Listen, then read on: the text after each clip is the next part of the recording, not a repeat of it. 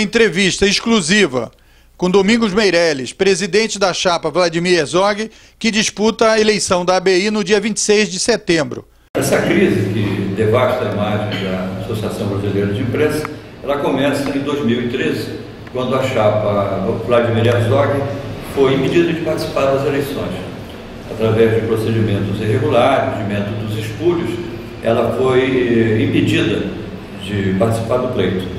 Recorremos então à Justiça e ela reconheceu a existência de fraude no processo eleitoral, anulou as eleições de 2013 e nós estamos até agora numa batalha judicial com eleições marcadas então para o dia 26 de setembro deste ano. Ao longo de todo esse processo extremamente tumultuado e tortuoso, nós fomos vítimas de toda sorte de infâmias, injúrias, e isso muito me impressionou, porque a chapa que nos faz oposição, ela viola um dos princípios que eu considero um dos mandamentos sagrados deste ofício, que é o compromisso com a verdade. Ao longo de todo esse tempo, a chapa Prudente Moraes tem usado como ferramenta, como sua principal instrumento de campanha, a mentira, a injúria e a difamação. E a melhor prova de que nós estávamos do lado certo é que a chapa Vladimir Herzog, ela ganhou em todas as instâncias do judiciário. E por que isso aconteceu? Porque nós não mentimos, nós em nenhum momento apresentamos documentos falsos, nós não fraudamos a verdade. Então esse compromisso que a gente manteve desde o início de não fazer acusações sem fundamento, o judiciário reconheceu a legitimidade das questões que nós levantamos e nos concedeu então o direito de realizar novas eleições a partir do dia 26. Esse processo, ele me chamou mais muita atenção pela ousadia em que a chapa Prudente Moraes teve de fraudar documentos falsos.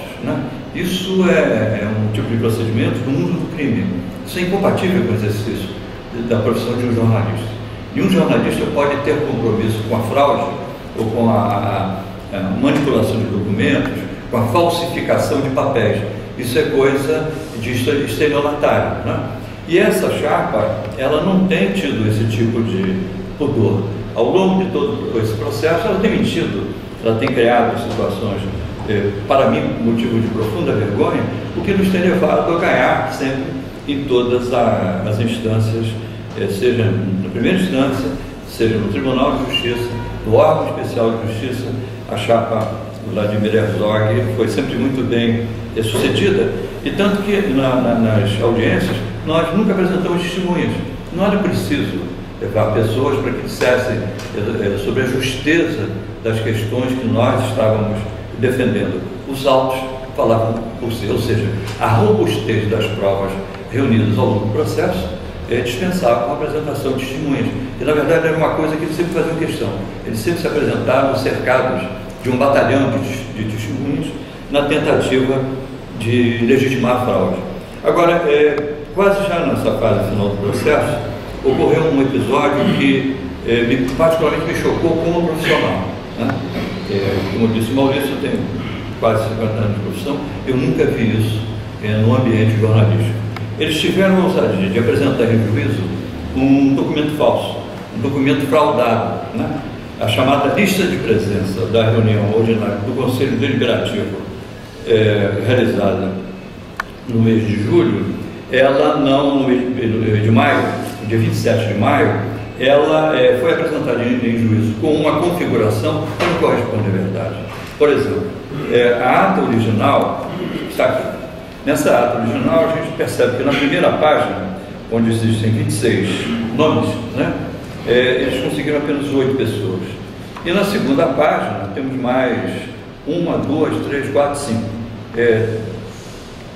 Ao todo, 13 pessoas, sendo que algumas, inclusive, eram suplentes e não podiam assinar.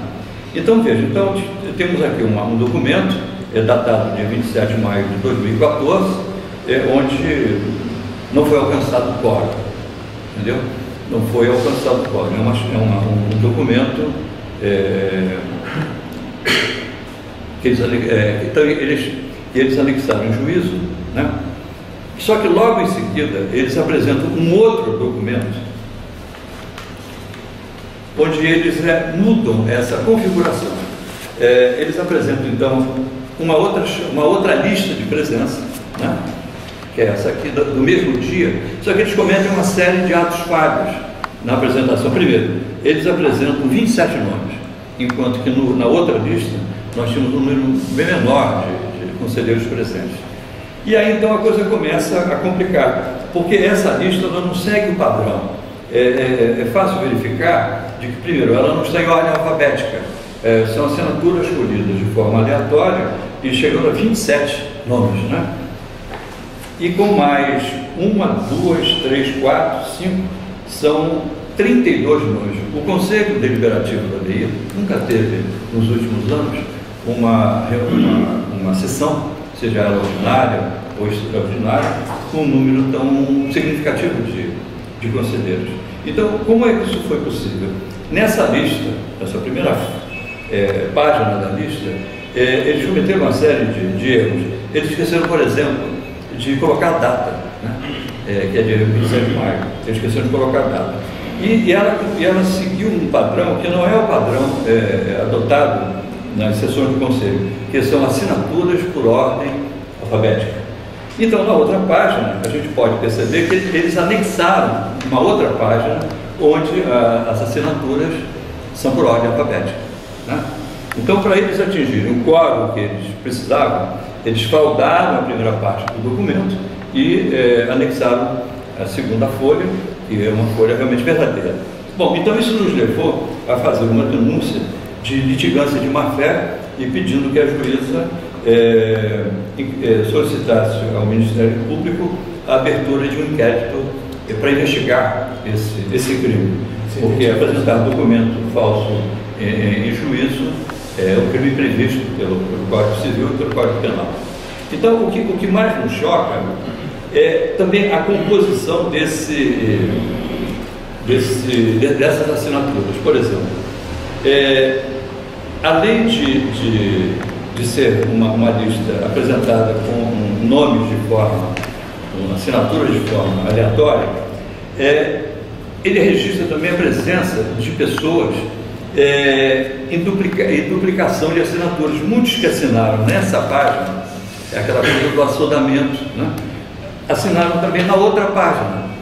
E eles não perceberam isso. Isso é fraude. Isso é uma fraude, isso é crime. E foi até o Dr. Jansen, que é o nosso advogado, quem percebeu essa falha, o que nos levou a entrar com uma petição pedindo que o Ministério Público tomasse as providências de prazo. Eu até gostaria que o Dr. Jansen desse uma explicação, porque isso particularmente muito me impressionou, né? A fraude, né? Eu acho que o jornalista, tudo é um limite, né? Eu acho que uma campanha eleitoral, uma campanha, ela tem que seguir certos princípios. Ela não pode se transformar num campo de batalha, né? Tendo como normas a selvageria, a mentira, né? Eu gostaria que o Dr. Jansen fizesse algum comentário sobre esse episódio, exatamente. Foi, além do aspecto penal que foi abordado, há um aspecto até na questão processual, em que nós entramos com um incidente de falsidade, quer dizer, um nome técnico para esse caso, nós entramos com um incidente de falsidade, justamente para apurar todos esses elementos que o Domingos acabou de narrar. Tem também uma questão muito interessante, que além disso, além dessa montagem, ele dá uma impressão de que o conselho, que a reunião aconteceu sempre com esse quórum. E sem medo de errar, eu posso assegurar que 90% das reuniões não tiveram nem quórum para se iniciar. Então, assim, ainda é mais grave, porque o quórum necessário para iniciar o pleito, ele não existiu, nunca aconteceu. E pelo menos, vou ser generoso aqui, dizer que 90% das vezes ele foi inexistente. Então, assim, além de ter todos esses meandros apontados pelo Domingos, tem essa questão também do quórum. O quórum nunca foi estabelecido, nunca foi iniciado com esse número de pessoas. O que mais também me choca é que essa fraude, né, ela é uma coisa primária, ela é coisa de iniciante, é coisa de trombadinhas, é de pessoas realmente que não têm um mínimo de equilíbrio, até porque nessa página aqui estão nomes presentes na segunda página, quer dizer, existem assinaturas, tanto numa página como na outra. 4 assinaturas se repetem, né? o que demonstra o caráter fraudulento da confecção desse documento, que foi apresentado no juízo. Sim. A justificativa deles, nessa prova. Não, nós estamos aguardando ainda que o juízo se manifeste sobre isso, né? Então eles nos acusam de mentir, de apresentar eles é que mentem, eles que criam todo esse quadro de falsificação e de mistificação, e nos acusam de fraudulentos. Agora eu faço uma seguinte colocação: como acreditar em pessoas, né, que traem 2 vezes o seu patrão e o seu mentor ideológico, né? Como é possível a gente acreditar em pessoas, né, que traem aquele que sempre lhes protegeu e etc. Foi o caso do ex-presidente da casa. Nós temos uma carta que é muito interessante, datada do dia 22 de abril de 2005, né? Não sei se a câmera consegue, depois talvez no detalhe ela possa mostrar esse documento. Esse documento ele é extremamente esclarecedor. Eu vou ler um pedaço. Ele diz: a ABI, ele diz: Carlos Domingos, o presidente se referia a mim, a ABI vai precisar de mais de você no dia 28, quinta-feira, às 10 horas, para apreciação de contas da diretoria, e no dia 29, sexta-feira, quando se dará a votação para a renovação do mandato dos membros efetivos e suplentes do Conselho.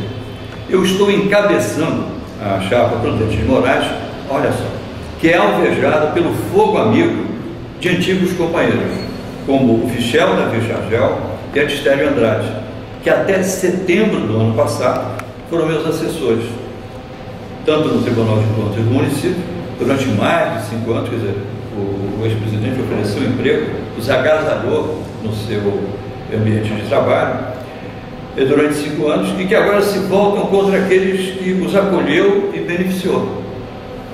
Outro articulador da chapa diversa é Nilo Braga, que também trabalhou comigo durante mais de 1 ano no Tribunal de Contas do município, e que, tal como o Davi e o Aristério, parece inspirador da imagem do samba de Jorge Aragão: você pagou com a traição a quem sempre lhe deu a mão. Bom, então ele continua dizendo que esse grupo trabalha por uma chapa que leva indevidamente o nome honrado de João Saldanha, e é encabeçada por Milton Temer, que tem interesse remoto na BI como centro de trabalho, mas que dela precisa para seus projetos políticos individuais. Bom, então ele diz aqui o seguinte: para que o nosso empenho é de que todo esse trabalho realizado não seja interrompido nesses últimos 11 anos, onde foi possível tirar a BI do buraco, preparando-a para novos avanços. Depois de muitos anos de déficit, ele fala sobre algumas questões aqui administrativas. Bom, então eu quero dizer o seguinte: essa chapa, essa carta aqui, ela é extremamente reveladora. Então, nesse momento, eles traem o presidente quando ele ainda era vivo, que os havia pregado, agasalhado, tanto na Câmara como no Tribunal, e eles, de repente, se voltam contra ele. O mais grave não foi isso. O mais grave é que eles voltam a trair esse mesmo companheiro depois de morto. Quer dizer, eles voltam a apunhalar o presidente da BI. 4 dias depois do falecimento dele, houve uma reunião do Conselho Deliberativo, onde nem sequer tocou-se no nome dele. Não houve 1 minuto de silêncio, né, pelo presidente recentemente falecido. Em nenhum momento ninguém se levantou para lhe prestar algum tipo de homenagem. O objetivo daquele encontro foi transformar uma sessão ordinária em extraordinária e caçar o vice, que era o Tarcísio Holanda. Primeiro ele foi pressionado de uma forma grosseira e desrespeitosa a renunciar. Como ele não renuncia, eles então caçam o mandato. E numa sucessão de atos de insanidade, de disfarçatez, ao arrepio da lei, do próprio estatuto, eles elegem o Michel Davi Chargel para ser o presidente da BI de 2013, né, até 2016, o que é um contrassenso, é uma estultice.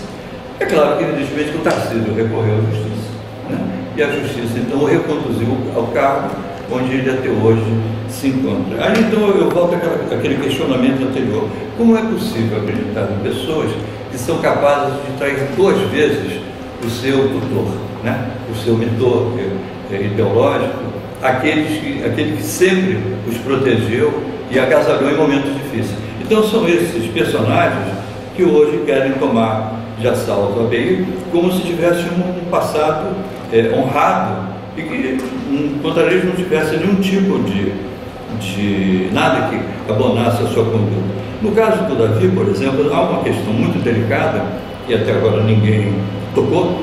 O Davi foi presidente da Cooperativa dos Profissionais de Imprensa do Rio de Janeiro, onde eu fui diretor durante 4 anos. Foi um desastre. A cooperativa foi um dos grandes sonhos dos jornalistas do Rio de Janeiro no finalzinho dos anos 70, começo dos anos 80. Era uma cooperativa de trabalho.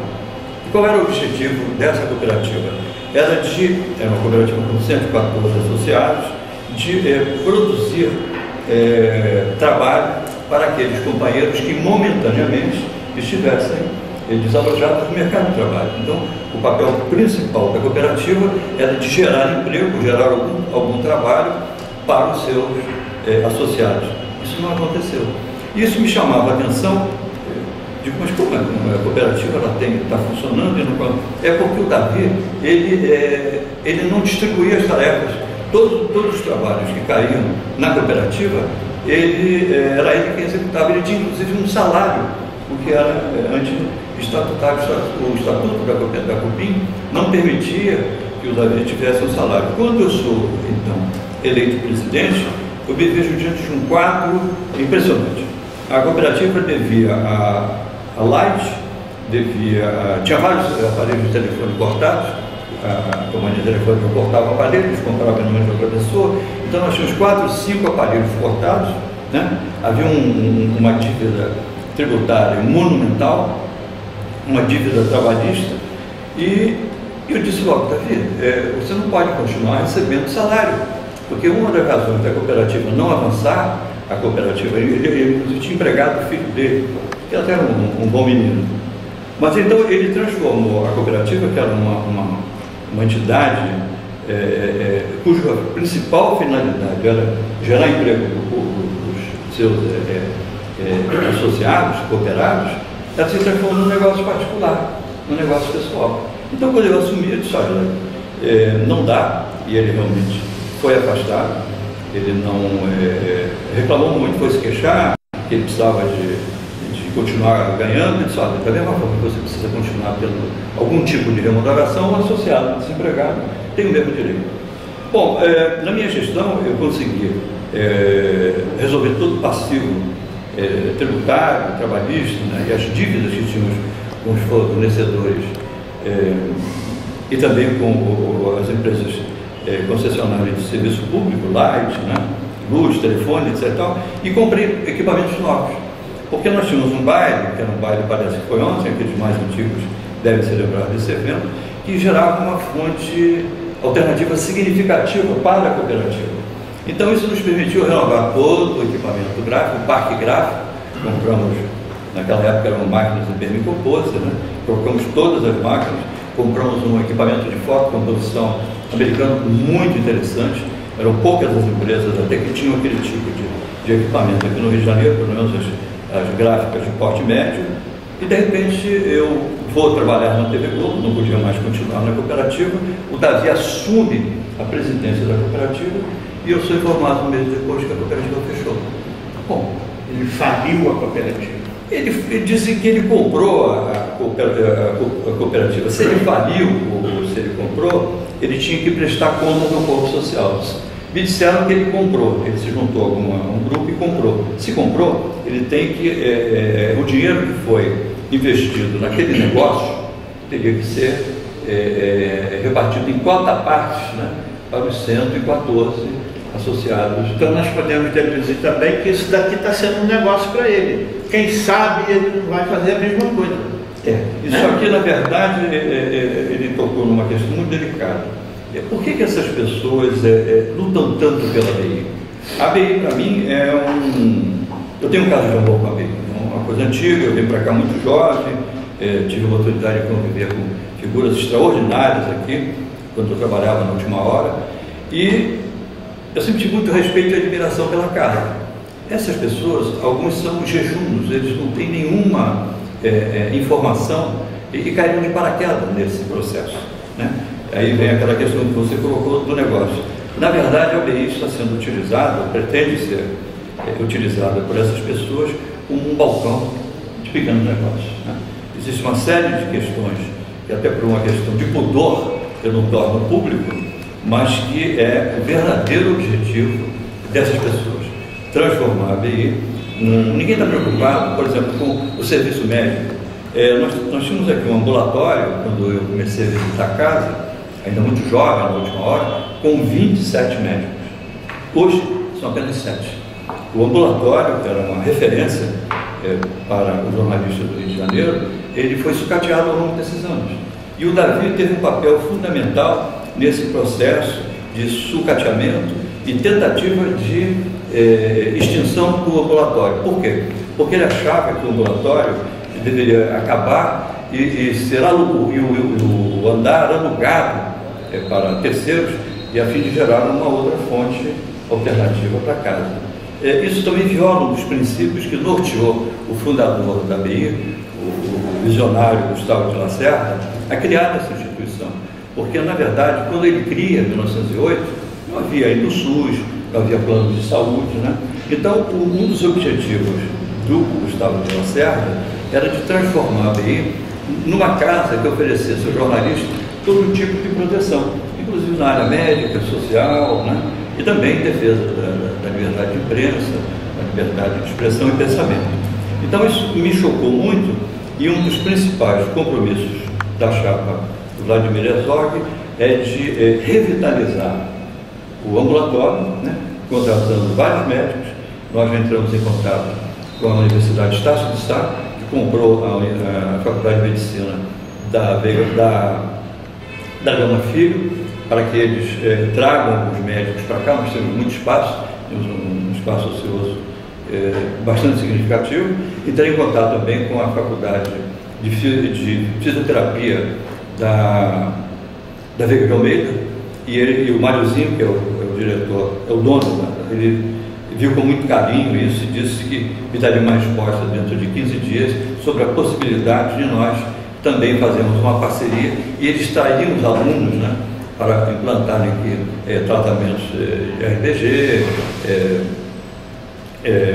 pilates, alongamento, musculação, etc. E tal. Então, a nossa visão em relação à casa é de fazer com que ela apresente algum tipo, né, de benefício para o aposentado. Porque o jornalista, quando ele se aposenta, ele perde tudo, né? Ele perde inclusive a dignidade, ele perde o plano de saúde, ele perde o vale de transporte, ele passa a viver de um salário infame, né?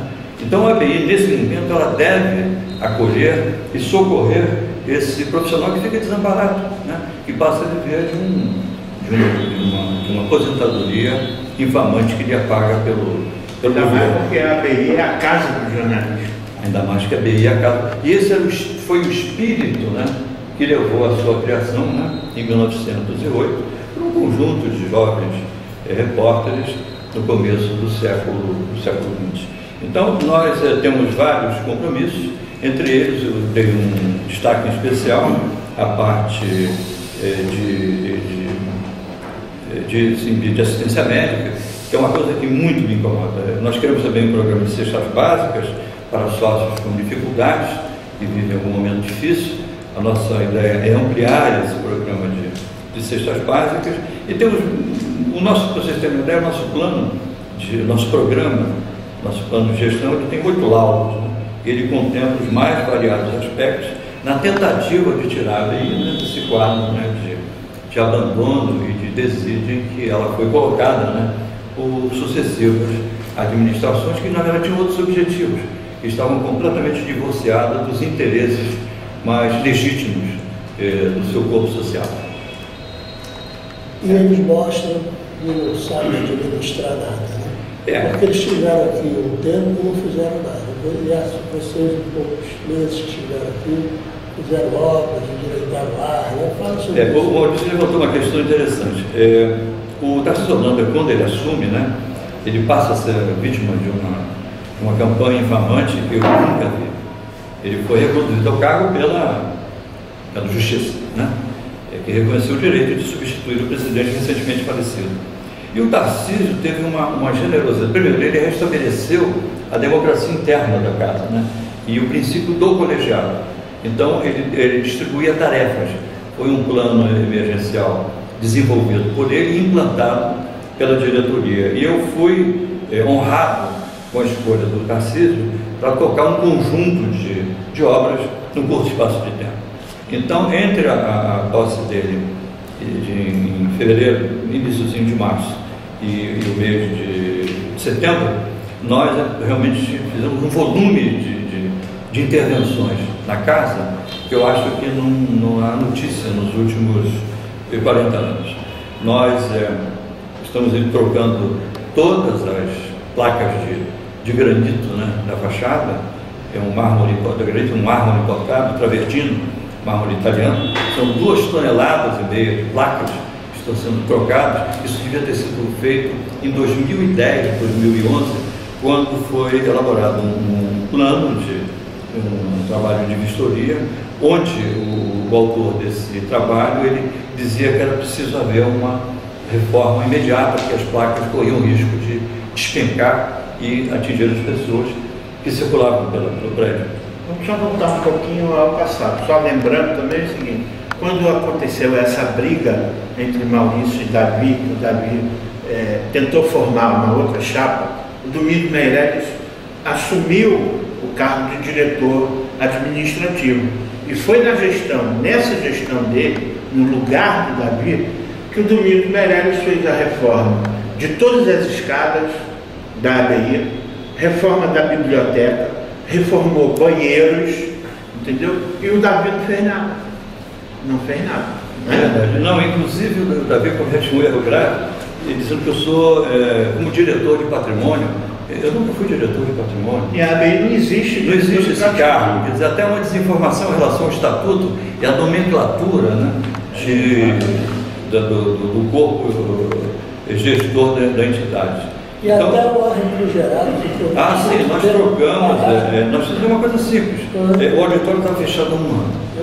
É talvez o maior auditório do centro da cidade, um local de referência, um auditório muito. Há um ano que ele não funcionava. E por quê? Porque o ar-condicionado estava com defeito. Então, o que nós fizemos? Nós procuramos saber por que o ar-condicionado não funcionava. Era uma peça pequena, e com R$18 mil nós fizemos a central de ar-condicionado voltar a funcionar, e esse investimento ele foi rapidamente pago, né, com 3, 4 aluguéis. Quer dizer, eu fico imaginando como é possível administrar uma entidade, né, e manter um auditório fechado, que é uma fonte expressiva de receita, por causa de um pequeno conserto. Quer dizer, faltou a eles essa percepção de que valia a pena investir 18, 20, ou 30, ou 40 mil, na verdade foram só 18, e transformar o auditório numa atividade extremamente rentável, talvez a segunda maior receita alternativa da instituição. E tanto foi assim que um mês e meio depois, a ABI arrecadou R$54 mil de aluguel com o auditório, com espaço perto do auditório, para filmagens, para a realização de eventos, né? E hoje o que acontece? Nós temos uma agenda praticamente cheia, até outubro. Há uma possibilidade até de que um candidato, não vou revelar aqui, à presidência da República, venha até a ABI, e nós estamos encontrando dificuldade até em espaço, porque todos os dias, né, nós temos 2 eventos, né, alugados para outros candidatos a deputado federal, candidatos ao Senado e ao governo do Estado. Então, esse convite me surpreendeu, um convite importante de uma candidatura forte à presidência da República, eu me via ontem olhando a agenda e onde colocar. Então veja, se nós não tivéssemos consertado essa central de ar-condicionado, nós não teríamos a receita que tivemos nos últimos meses, uma coisa boba, né? E uma outra coisa que muito também me chocou, alugou-se eles chamam de aparalixo, né? São esses andaimes que circulam o prédio, quem passa por aqui vê. Gasta-se uma média de R$6 mil por mês, né, com o aluguel desses andaimes. Pois bem, há 2 anos que se paga a uma empresa por esses andaimes e a obra não acontecia. Então eu fui ver o custo da reforma da fachada. Praticamente o que se gastou no aluguel é o mesmo que se teria gasto na reforma da fachada.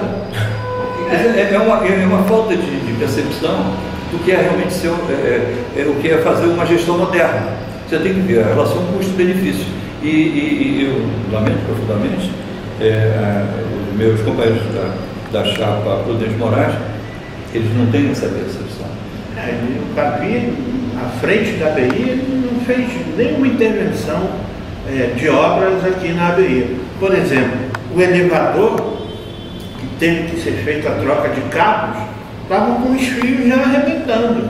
Se demorasse mais de 10 dias, segundo o técnico que veio fazer a troca, o elevador poderia despencar. Eu até sou testemunha do que o Raul acabou de dizer, por uma razão simples. Eu levei um puxão de orelhas do técnico, tinha vários funcionários executando esse trabalho de troca dos cabos, e ele me responsabilizou. Disse, olha, o senhor é responsável, eu não me conhecia direito, como é que o senhor deixa esses cabos chegarem a esse estado? O risco desse elevador despencar. O senhor, desculpe, eu não tenho nada a ver com isso, o senhor está aqui porque eu tomei a decisão de fazer a troca. Eu nem sabia que os cabos estavam nesse estado. Então isso mostra bem como a casa vinha sendo tocada, vinha sendo administrada nos últimos anos, né? Não havia nenhum interesse realmente em preservar esse imóvel, em dar a ele a dignidade, né, que a história da própria ABI, de uma certa forma, representa. Então nós temos um projeto de gestão muito grande, contempla mais diferentes aspectos, né?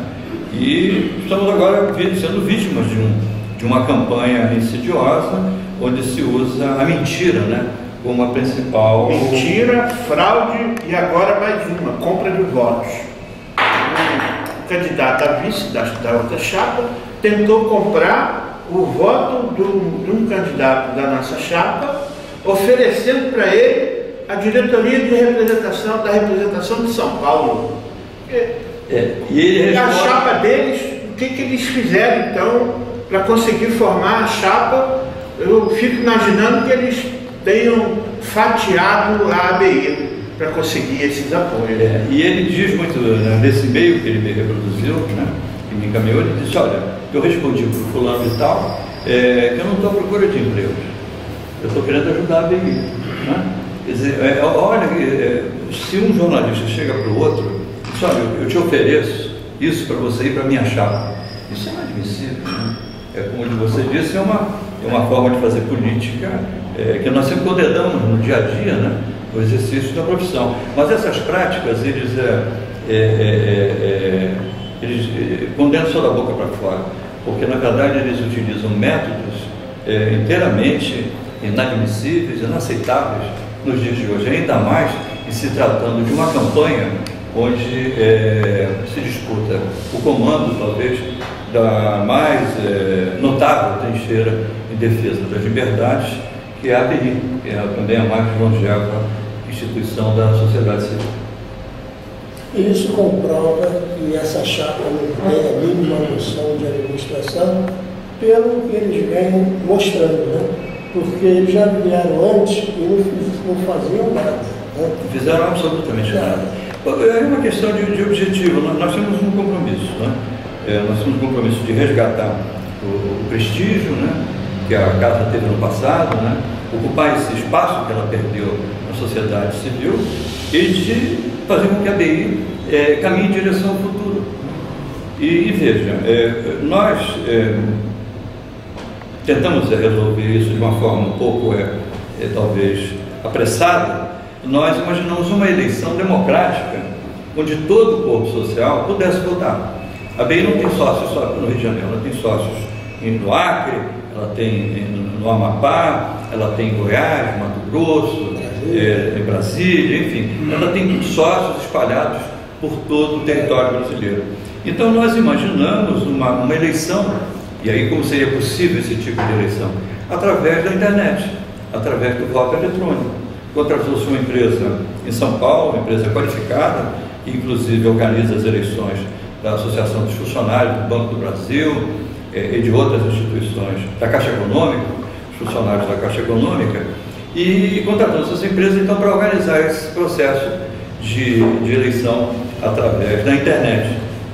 Nós fomos vítimas de todo tipo de acusação, que era uma fraude. Nós, na verdade, não estamos preocupados em permitir que o associado votasse. Nós estamos querendo era fraudar as eleições. Não, é nada mais do que legítimo, é mais do que justo. Se o sócio paga uma mensalidade, ele tem o direito de escolher, ele tem o direito de participar do processo eleitoral. E isso até é uma questão estabelecida pelo artigo 54 do Código Civil, é a chamada isonomia associativa, ou seja, todos os sócios têm os mesmos deveres e os mesmos direitos, independentemente se moram no Rio de Janeiro ou se moram no Acre. Então, a chapa Prudente de Moraes entrou com várias petições na Justiça do Trabalho, na Justiça do Rio de Janeiro, tentando mostrar que, na verdade, nós queríamos fraudar o processo eleitoral. Nós tínhamos oferecido uma outra alternativa, que era de fazer o voto pela internet, o voto pelo 0800, seria a opção pelo telefone, né? A pessoa digita 0800, coloca a sua matrícula e ele então votaria, escolheria a chapa, etc. E a terceira possibilidade era de que também os associados, né, votassem nas representações da ABI que existem em alguns estados, mas que foram, eu diria, desidratados pelas antigas administrações, que na verdade queriam que o pleito fosse só realizado no Rio de Janeiro, que foi o que a chapa Prudente de Moraes fez. Eles sustentaram o juízo que não havia razão para ampliar o voto, que o voto tradicionalmente tinha que ser feito no Rio de Janeiro, sempre foi assim, como sempre foi assim. Quer dizer, então nós estamos querendo inserir uma instituição com 106 anos no século XXI, no futuro, a gente tem que alargar os horizontes, a gente não pode ficar só olhando pelo retrovisor. E nós enfrentamos então uma campanha infamante, injuriosa, depois que propusemos essa alternativa, né? Encaminhamos à Justiça um projeto, né? E o curioso é que pelas redes sociais eles nos atacaram, né? Agora em juízo eles se apresentaram como vítimas. Foi até uma situação muito constrangedora. Atacaram a gente e atacaram a Justiça. Pois então aí o que eu disse, Excelência, porque na audiência de conciliação as partes podem se manifestar, esse é um direito que a juíza permite nesse tipo de audiência. E eu então disse, Excelência, hoje eles estão aqui pedindo a proteção, né, e o abrigo da Justiça, mas a senhora não sabe, me referi à juíza, né, do que eles andam dizendo aí da senhora e do judiciário nas redes sociais. O Davi ouviu isso, ele se levantou, ficou vermelho e foi embora. Ele achou que ia ser preso. E aí foi uma coisa complicada, porque ele se retirou e tal. Mas então, isso mostra como eles têm duas caras, né? Eles, através porque a rede social permite que as pessoas cometam certas indignidades, infâmias, porque elas não mostram o rosto, né? Elas se escondem no anonimato. E, em juízo, eles se apresentavam como vítimas de uma campanha, vítimas de um processo eleitoral que seria fraudulento, que é o nosso objetivo, quando na verdade o que nós queríamos era dar aos sócios do interior o mesmo direito dos sócios que moram no Rio de Janeiro, né? Os sócios do interior não podem ser tratados como profissionais de segunda classe, eles têm os mesmos direitos e os mesmos deveres de todo associado da casa. Mas isso gerou uma sorte, uma avalanche de petições, né, que sempre com o objetivo de retardar o processo. E no final, então, nessa audiência de conciliação, ficou determinado que a votação seria realizada no Rio de Janeiro, seria realizada em São Paulo, Brasília, Belo Horizonte, Maceió e São Luís do Maranhão. Mas eles não são satisfeitos. Estão criando todo tipo de dificuldade para impedir que os sócios, que terão pela primeira vez na vida a chance de votar nessas representações, participem do pleito. Então eles têm criado toda sorte de casuísmo, de dificuldades, né, para que a eleição se limite, se restrinja única e exclusivamente ao Rio de Janeiro, o que é manter ali esse estado de indigência em que ela hoje se encontra. E é bom a gente esclarecer aqui que a votação eletrônica seria através de um aplicativo no site, onde o associado entraria com o número da sua matrícula, com o seu CPF e com um código que seria enviado pela empresa. Nem a diretoria, nenhuma das duas chapas iria saber desse código. E que hoje o avanço tecnológico ele permite que essa votação seja feita com 95% de garantia de que não vai haver fraude. Permite isso. É diferente de eles retornarem em 1982. Eles estão tão atrasados tecnologicamente que eles voltaram a 1982. Veja bem, falando de um caso que aconteceu na eleição em 1982. Que foi o caso da Proconsult, né? E como que pessoas como essa querem comandar a ABI, querem colocar a ABI para frente? Entendeu? Estiveram no comando, nós estamos criando representações da ABI nos estados, criamos uma agora em Pernambuco, que não tinha, terra de Barbosa Lima Sobrinho, que foi um dos grandes presidentes que essa casa teve. Nós criamos essa representação, vamos ganhar a eleição e vamos criar as outras. Entendeu? À medida que o tempo for passando, nós vamos criando, vamos filiando, fazer uma campanha de filiação, entendeu? Fazendo com que a ABI ela seja gigante, ela volte a ser o que ela sempre foi. Né? Para o jornalismo brasileiro. Na verdade, nós não temos medo do novo. Né? Nós caminhamos em direção à modernidade.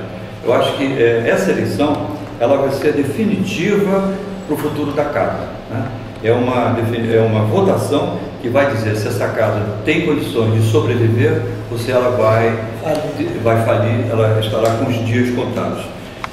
Na minha visão, eu acho que a ABI só tem solução na medida em que ela crescer e ela passar a ser realmente uma entidade de caráter nacional, com diversas representações, para que ela recupere o prestígio que um dia foi seu. O prestígio e a representação simbólica que ela teve no nosso passado recente.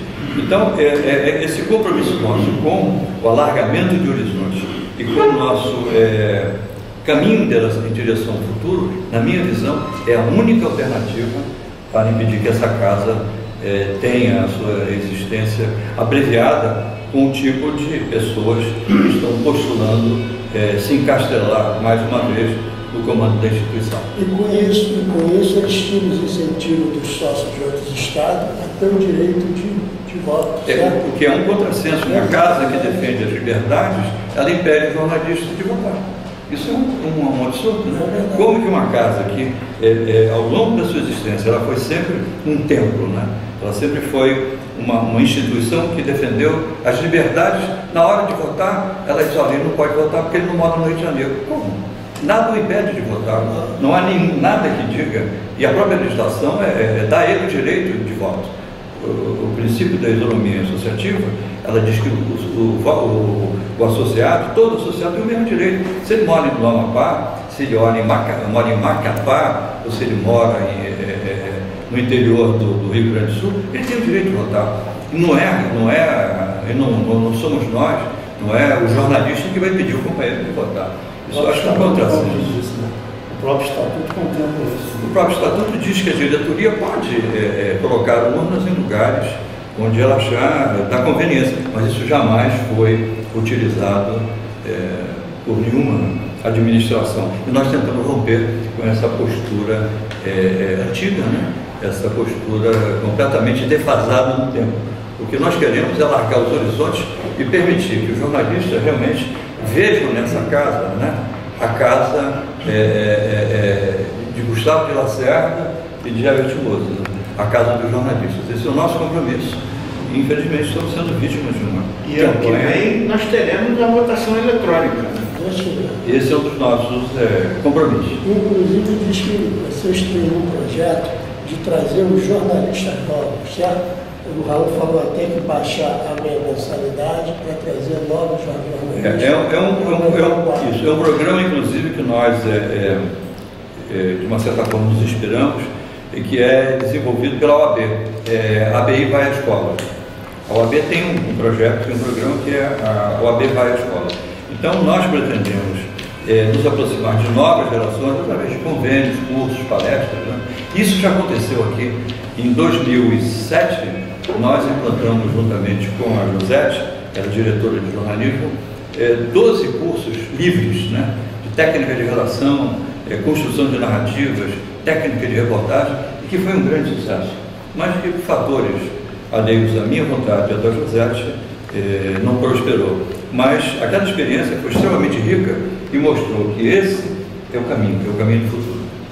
E vai aumentar o quadro social, também. É verdade. Porque os médicos estão se aposentando. Essa casa é uma casa de infelizmente, com a maioria dos eleitores está acima de 60 anos. Né? Diria que 60% do corpo social tem mais de 60 anos.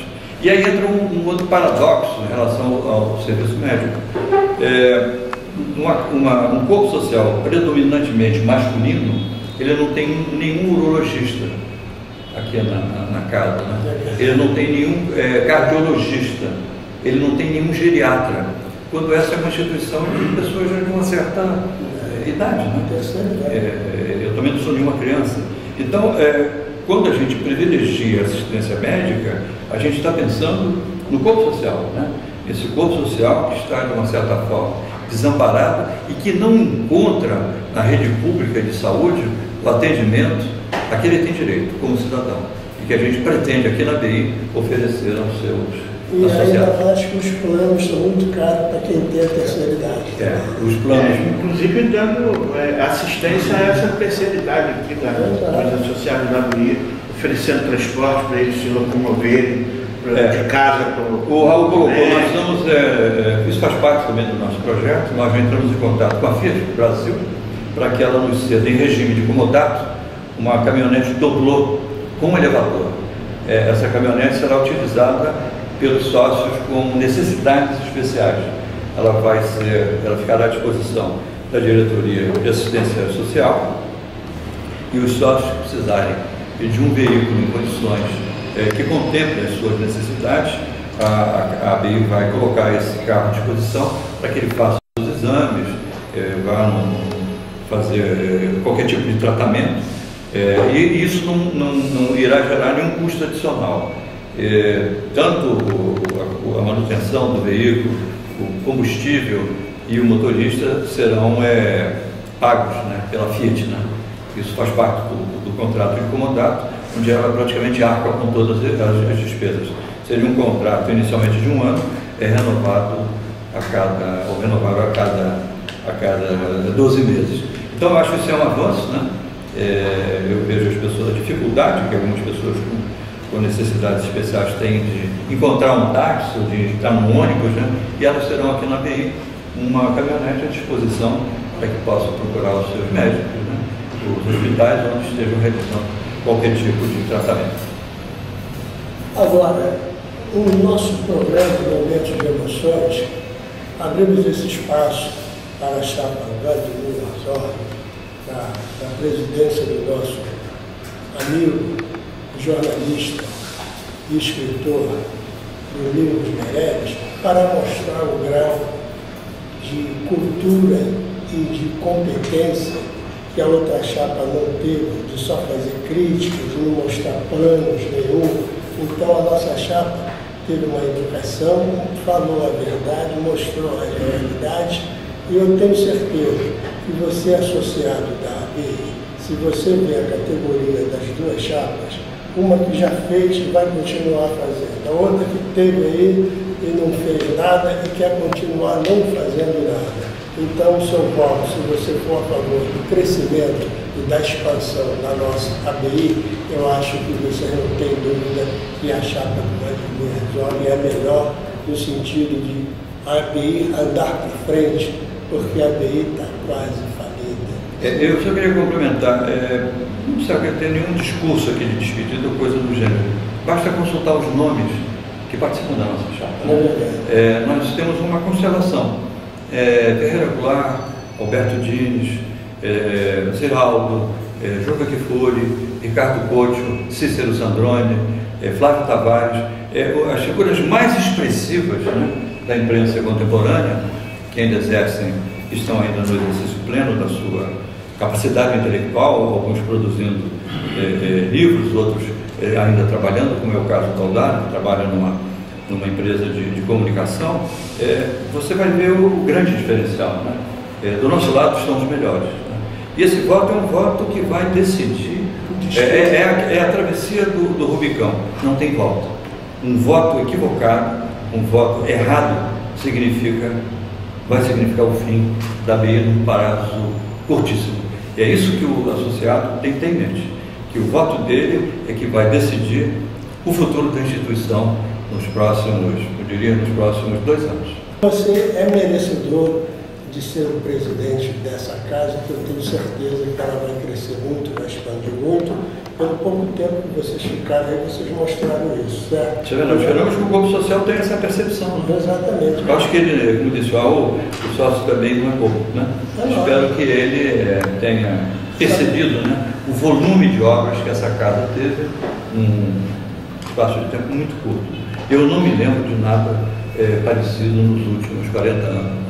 Né? Nós removemos uma camada de sujeira do piso, né, do hall principal, trocamos todas as luminárias, trocamos mais de 100 lâmpadas, né, queimadas em todo o prédio. Né? Tem a grande reforma da fachada, trocamos os cabos dos elevadores, fizemos uma reforma do ar-condicionado, que permitiu que o auditório voltasse a funcionar, né, de uma forma extraordinária. Nós temos uma agenda do mês de setembro e do mês de outubro praticamente lotada, né? E esse auditório ficou fechado durante um ano porque não se consertava o ar-condicionado e as peças custavam 18 mil reais. Né? E isso a gente recuperou com 4 aluguéis. Então foi um volume muito grande de intervenções que nós fizemos num curto espaço de tempo, graças à confiança que o Tarcísio Holanda depositou, e criando uma coisa que ele chamava de gestão compartilhada, ou seja, distribuição de tarefas. Além de ter restabelecido o primado do colegiado, né, todos os diretores têm as mesmas responsabilidades e têm os mesmos compromissos de gestão. Ele permitiu que houvesse um dinamismo, né? Ao contrário de gestões altamente centralizadas, que sempre foram tônica da ABI nos últimos anos. Né? Inclusive mostrando que o fato dele morar em Brasília não impediu que essas obras, esse volume de obras fossem implementados aqui na sede da ABI. Porque ele delegava a tarefa. Né? E isso eu acho que numa instituição democrática, né, o principal papel da diretoria ou do presidente é de delegar tarefas entre seus pares. Eu acho que nisso foi um grande mérito do Tarcísio, mesmo morando distante, mas ele era informado diariamente de todos os problemas que estavam acontecendo, as medidas que eram tomadas por mim, pelo Chidiaco, pelo Orfeu. Ele recebia um e-mail, um telefonema e dizia assim: ok, confio em vocês, toquem e tal. Então isso foi também um nível de confiança que ele depositou, que muito me honrou, e também os outros companheiros que fazem parte da atual diretoria e que estão disputando, né, as eleições pela chapa Vladimir Herzog. Você, então, muito obrigado pela oportunidade, e vamos então ter um encontro com os eleitores da casa no dia 26 de